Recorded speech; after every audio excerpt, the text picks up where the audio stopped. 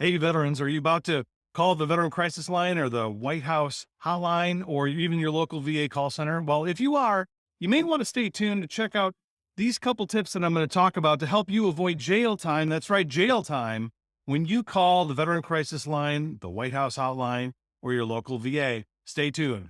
Hey, my name is Ben Krause. I am a disabled veteran turned veteran rights attorney. Today, we're going to talk about how to avoid jail time when you call the Veteran Crisis Line with your own crisis or other VA facilities.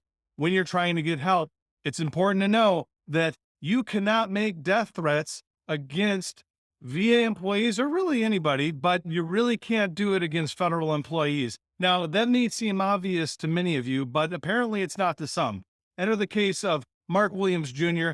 out of Texas. Now, this poor, unfortunate veteran happened to, I'm just going to guess, probably not get the type of care that he needed or wanted or whatever the case may be. He became highly aggravated over the course of a few months. According to the Department of Justice and their press release, he had apparently made death threats to VA employees at VA call centers that we know of as the Veteran Crisis Line, the White House VA Hotline, and even the local VA.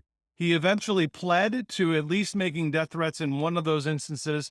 The veteran had apparently made death threats, that's right, death threats, to VA employees using communication mediums over interstate commerce. So in this instance, what we're going to talk about is, hey, how to avoid going to jail and getting prosecuted and potentially even fined as a consequence of your inappropriate communications with the VA. Number one, don't make death threats. In fact, don't make threats of any kind. When you're calling the VA, know that those communications can certainly be used against you, and they definitely were in the unfortunate case of Mark Williams. And we'll talk a little bit more about what I think may be going on there.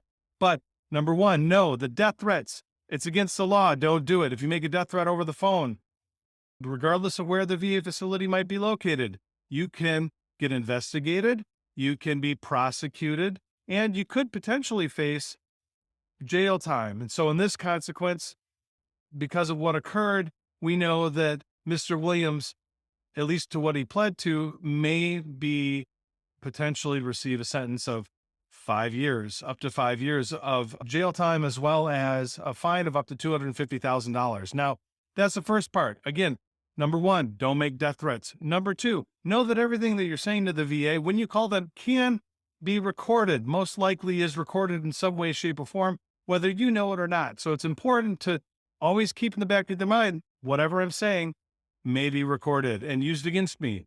And number three, when you're communicating with the VA, be professional and accurate with what you're saying.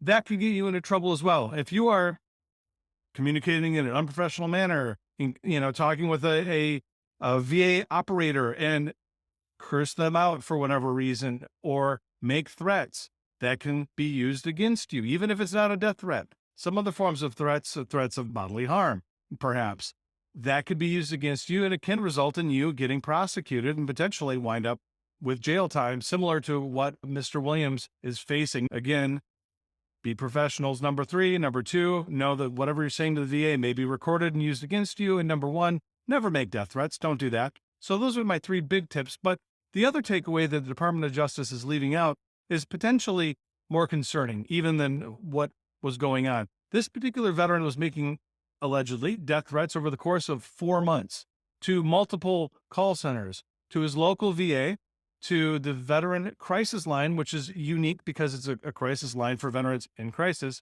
who need help, potentially with suicide, and also the White House VA Hotline. So this tells me, depending on the sequence here, that the veteran likely needed a lot of help. The veteran was likely in crisis. According to the news release, a 33-year-old veteran, people just don't do that. People just don't engage in this behavior because it's fun. Odds are this person had a lot going on. They were probably highly stressed and agitated, and they weren't getting the help that they needed from the local VA. So they called the Veteran Crisis Line, or the other way around, didn't get the help they needed, then called the White House, also apparently made death threats of some kind. And that's it. So once you do that, you're on your own. You better lawyer up. And in this instance, hopefully the veteran has a attorney that's competent, because my concern here is that odds are the veteran really needed help. Odds are he was under severe emotional distress during these calls that we don't want to speculate about much else. We know that whatever was going on, odds are the veteran needed help. Hopefully the veteran does get the help that the veteran needs. And hopefully in this instance, the judge will ensure that the veteran gets the help that they need and also ensure that the veteran doesn't engage in that type of behavior again. But the moral of the story here, folks, whatever you're saying to the VA can and will be used against you. It most likely is recorded. If you make death threats against the VA, you will probably get investigated. So don't do it, folks. That's the moral of the story here. Be professional. If you're about to lose your cool with the VA, don't do it. Hang up the phone. Hang up the phone. Hang up the phone. Don't stay on the phone if you're losing your cool. It's not up to you to try to convince the VA official to behave in a different way. I've heard stories of VA officials gaslighting veterans, and I don't doubt that that occurs in many instances, at least the ones that I'm familiar with. It's very important that veterans, if you're being gaslit, or just the person on the other end of the line is engaging in behavior that isn't useful or potentially agitating to you, hang up the phone. Don't stay on the phone. Get off the phone. And next, make sure you get the care that you need the best way possible, but always remember to be professional. Keep your cool. If you are having a hard time communicating, get a third party to help you. Maybe talk to a veteran service officer. Maybe find an attorney that might do it pro bono. Maybe have a friend, colleague, spouse, son, daughter, whoever, come with you to help. Make sure that you don't lose your cool. There's nothing wrong with having a buddy come with you to try to get care, to make sure that things work out. Hey, we're all Americans here, and we're all trying to make it work. We're in the middle of this like crazy thing that I'm not going to get into. Everyone's probably a bit more agitated than they normally would be or have been in the past. It's important to keep that in mind. We're all Americans, at least for the most part, and we're all trying to make it all work out. So having said that, again, rule number 1, don't make death threats. Rule number 2, whatever you say to the VA may be recorded. Know that that could happen. It could be used against you.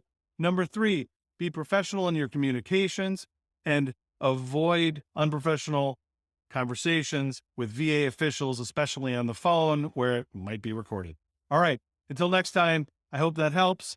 And hopefully we don't hear a lot more of these stories, although from what I understand, the VA is anticipating a significant uptick in use of the veteran crisis line over the course of this summer. I'm not sure what they anticipate is going to go on over the summer that may result in more calls, but we'll just see. Until next time, tune in, and I hope that all y'all have a blessed week. Take care.